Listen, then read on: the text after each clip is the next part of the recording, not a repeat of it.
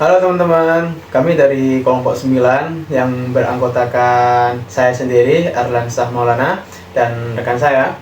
Rifki Fawas. Kami di sini akan membahas atau mengangkat sebuah tema yang berjudulan konsep bernegara dalam Islam. Saya sendiri sebagai hostnya dan teman saya yang akan saya tanyakan tentang beberapa poin yang menyangkut tentang judul tadi yang berjudulan konsep bernegara dalam Islam. Baik, di sini sudah bersama Mas Riki atau bintang tamu kita yang kali ini sudah hadir bersama saya. Tapi sebenarnya Mas Riki kesini ada kendala atau lancar-lancar aja nih? Lancar-lancar aja sih, tadi saya di jalan gak ada yang macet lah. Ada deh yang di depan Ampas itu. Ampas itu kan ramai kan ya, jalan Jogja Solo itu. Malah itu rada macet, apalagi kan kalau macet kan penyebab di jalan Solo itu kan si mobil itu loh. Mobil kalau mau putar balik dada yang belakang kan jadi kehalang jalannya, jadi saya terhalangi oleh si mobil ini memutar. Udah mobil yang memutar nggak cuma satu lagi kan, banyak gitu kan, kasihan yang belakang itu jadi terhalangi jalannya. Jadi buat kalian yang punya mobil ya, apalagi yang truk itu jangan putar balik, kalian lurus aja.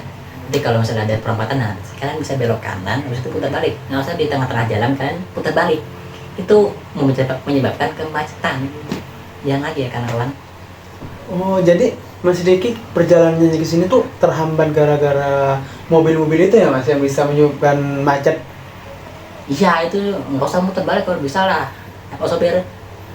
Ini buat para yang mempunyai motor atau truk tuh nggak boleh ini ya, kata Mas Riki, nggak boleh putar balik biar tidak menghambat jalannya lalu lintas.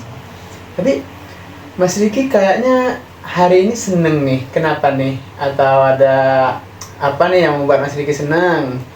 Enggak ya, biasa aja. Aku kan kalau apa kan seneng kan setiap harinya ya, enggak spesifik hari itu nggak ada. Saya seneng di hari Minggu, saya seneng banget. Di hari Senin saya loyo, itu nggak ada. Saya setiap hari itu senang. Oh, tapi kemarin tuh kayaknya pas hari Minggu cerita Mas Riki tuh kayak berbunga-bunga gitu sih. Apa mungkin pas malam Minggu ini nih? Kayaknya pernah cerita nih yang Minggu tuh. Pas Minggu kapan? Nggak pernah. Itu loh yang katanya malam Minggu kamu jalan sama si itu loh. Siapa tuh, lupa aku. Yang ini siapa? Itu tuh siapa tuh? Gebetan Mas Riki apa ini? Itu mah bukan siapa aku, cuma teman biasa. Teman biasa aja lah, teman biasa dong. Bohong sih, masa iya teman biasa sampai jalan berdua malam Minggu lagi, malam Minggu. Ini harus dipertanyakan secara inilah. Siapa tuh? Nggak ada, beneran saya klarifikasi di sini ya, nggak ada. Bohong dia tuh, bener, saya nggak pernah jalan sama cewek. Tadi yang kesini tuh sendirian apa sama yang pas malam Minggu itu Mas? Ayo, jujur sih, harus jujur itu dapat pahala, sedangkan kalau nggak jujur dosa nggak sih? Tiba itu bukan cuma teman doang, saya kesini ya sendiri, kan saya jomblo ya kan. Kalau buat apa jomblo itu sendiri jalannya, nggak ngebagi jalanan. Oh, jadi Mas Riki ini dalam keadaan jomblo ya guys. Yang siapa yang mau inilah daftar buat Mas Riki dibuka, tapi takut ini sama yang inisial A itu nanti digebrak lah kalian. Tadi Mas Riki bangunnya jam berapa nih? Saya bangun jam 4, Mas. Kan saya terkenal dengan morning person ya, jadi saya nggak pernah telat bangun. Apalagi yang namanya jodoh saya tuh saya nggak pernah, kan saya morning person, nggak pernah terlambat saya itu. Jadi Mas Riki ini sangat konsisten dalam mengatur waktu ya Mas. Kalau ada apa-apa itu harus disiapkan terlebih dahulu ya. Ya benar, saya ya benar sekali, karena saya itu kan orangnya senang yang disiplin gitu. Kalau misalnya ada acara saya berangkatnya on time. Saya tuh berpikiran kalau misalnya kan ada yang punya acara gitu kan, kita udah yang pihak sana udah nungguin, jadi nggak enak lah kalau misalnya kita telat-telat gitu, nggak enak. Apalagi yang kemarin di Betting Friendbook kan saya telat, saya kan on time banget gitu kan. orang teman-teman saya jam 8 ya, saya udah sampai sana jam 7, bayangin. Oh iya iya Mas.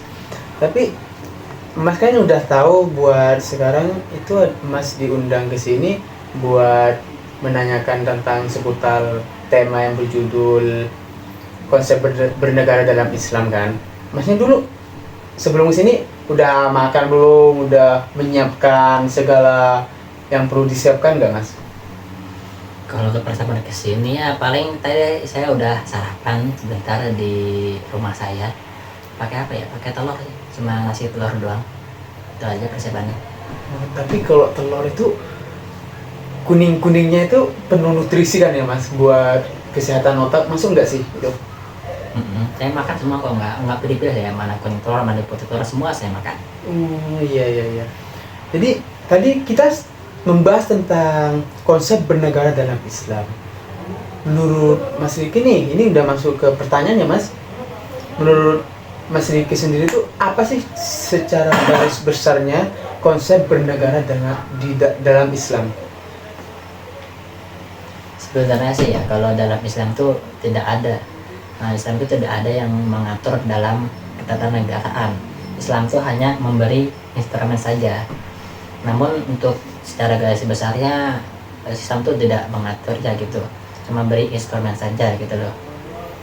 Itu terserah kepada petinggi-petinggi negaranya mau dibentuk format semacam apa, mau formatnya itu monarki atau republik, itu menurut saya sama-sama aja sih. Yang pasti itu tidak boleh melanggar syariat Islam ya teman-teman. Kalau misalnya ada di sebuah negara yang negara itu melanggar syariat Islam, maka dia telah kehilangan ruh dari negara tersebut. Nah, kalau negara sudah kehilangan ruhnya, maka dia bisa berbuat apa saja yang dia mau. Dia bisa membuat aturan sesuai dengan apa yang dikehendakinya tanpa ada landasan dari agama manapun gitu. Jadi dia kalau misalnya mau itu, dia buat aturan tentang itu. Kalau dia mau ini juga buat aturan tentang ini. Jadi nggak ada landasannya gitu, nggak ada batasannya, dia bisa seenaknya saja membuat aturan. Oh, jadi kalau negara itu kehilangan ruhnya, itu akan pemimpinnya akan seenak jidatnya gitu ya Mas? Ya gitu. Tanpa dia memberikan apa tuh peraturan, meskipun rakyatnya setuju atau tidak setujunya itu tetap dijalankan gitu ya Mas, kalau udah suatu negara kehilangan ruhnya. Ya kurang lebih seperti itu. Tapi tadi Mas tuh menyebutkan dua ini, monarki sama republik. Itu bedanya apa sih Mas? Dalam itu kan masih mengambang, monarki sama republik. Itu secara penjelasannya gimana tuh Mas? Biar lebih paham lah Mas. Oke, saya jelaskan di sini kalau perbedaan antara monarki dan republik ya. Kalau monarki itu kan sifatnya seperti kerajaan gitu. Jadi di mana suatu pemerintah itu ada seorang raja, seorang ratu, pangeran, dan juga putri. Jadi di bawah-bawahannya itu cuma sesuruhannya doang. Nah, sifat dari monarki ini kan cuma absolut ya Mas ya. Jadi rajanya cuma kayak yang ngatur negara itu cuma si raja ini doang. Jadi bersifat absolut tuh, apa setiap kata yang dikeluar dari raja itu harus bersifat mutlak gitu, harus dipatuhi. Sedangkan yang bawah-bawahannya kan tidak mempunyai adil, apalagi rakyat tidak mempunyai adil sama sekali dalam monarki ini. Dan juga kebanyakan dari monarki ini yang bawah-bawahannya itu atau orang yang mempunyai kedudukan di monarki itu ini keluarga bangsawannya. Jadi misalnya kayak anaknya, ponakannya, sepupunya, atau yang lainnya itu monarki. Ya kalau republik itu kan berasaskan kedaulatan rakyat, yang dimana kedaulatan rakyat ini menjunjung tinggi demokrasi. Demokrasi itu apa? Demokrasi itu secara singkatnya ya, dari rakyat untuk rakyat. Jadi dimana rakyat itu mempunyai andil dalam pemerintah juga, nggak cuma pemimpin lah yang bisa mengatur negara, tapi rakyat juga bisa mengatur negara itu. Terus juga kalau republik kan sifatnya nggak absolut, jadi terbagi rata kan. Kalau Kalau pemimpin yang di republik itu kan namanya presiden, wakil presiden. Kalau di monarki itu namanya raja atau sultan. Itu perbedaannya. Oh, jadi garis besarnya kalau monarki itu kayak sistem kerajaan gitu ya, Mas? Ya, itu. Sedangkan dalam republik itu kayak negara kita dong, kayak Indonesia ada sistem-sistemnya. Iya. Tapi bukannya dalam bernegara dalam Islam tuh harus monarki nggak sih? Atau ada gimana tuh, Mas, penjelasannya? Enggak sih, kalau di Islam kan nggak harus monarki. Tapi memang ya, kalau misalnya kita lihat dari sejarah itu, sejarah Islam kan dari Khulafaur Rasyidin, dinasti Umayyah, dinasti Abbasiyah. Memang kebanyakan dari Islam itu dipimpin oleh kerajaan monarki seperti tadi saya sebutkan, dinasti Umayyah, dinasti Abbasiyah, dinasti Utsmaniyah yang terakhir itu. Tapi enggak, itu bukan menjadi patokan. Agama Islam itu harus bikin monarki, enggak. Contohnya saja sebelum adanya dinasti Umayyah. Sebelum ada dinasti Umayyah itu kan Khulafaur Rasyidin. Bahkan Khulafaur Rasyidin itu menerapkan dasar-dasar negara republik seperti pemilihan khalifahnya. Pemilihan khalifahnya itu kan disepakati terlebih dahulu oleh para sahabat yang tinggi gitu. Nah, jadi dibuat kayak persekumpulan, nanti hasil dari keputusan itu bersifat final, jadi dia tidak bisa dibantah oleh siapapun, nanti akan diangkat. Nah, dari pemilihan khalifah ini juga berdasarkan kriteria tertentu, seperti sahabat mana sih yang paling dekat hubungannya dengan Kanjeng Nabi, atau sahabat mana sih, atau berdasarkan hadis dari Nabi. Kan balik lagi ke monarki tadi, saya tegaskan sekali lagi kalau misalkan Islam itu tidak harus berbentuk monarki, boleh juga bersifat republik juga nggak apa-apa. Jadi sistemnya itu tergantung para sahabat gitu ya, Mas, kesepakatan para sahabat. Ada Tapi kesepakatan. seandainya ada suatu sahabat yang menolak atau menentang tersebut, gimana tuh, Mas? Maksudnya tidak setuju dengan keputusan tersebut tuh gimana? Kalau misalnya ada satu sahabat yang tidak setuju dengan keputusan para sahabat lainnya, maka mau tidak mau dia itu harus mengalah dengan keputusan para sahabat yang mayoritas ini. Karena mau tidak mau ya sistem pemerintahan itu harus berjalan gitu, tidak bisa berhenti karena satu orang aja yang gak suka. Kan setiap pemerintahan pasti ada kan yang gak suka, itu pasti ada, dan dia berusaha bagaimana pemerintah itu biar bisa sesuai dengan keinginannya. Kalau misalnya dalam Khulafaur Rasyidin itu ada yang paling gak disenangi itu ya Utsman bin Affan.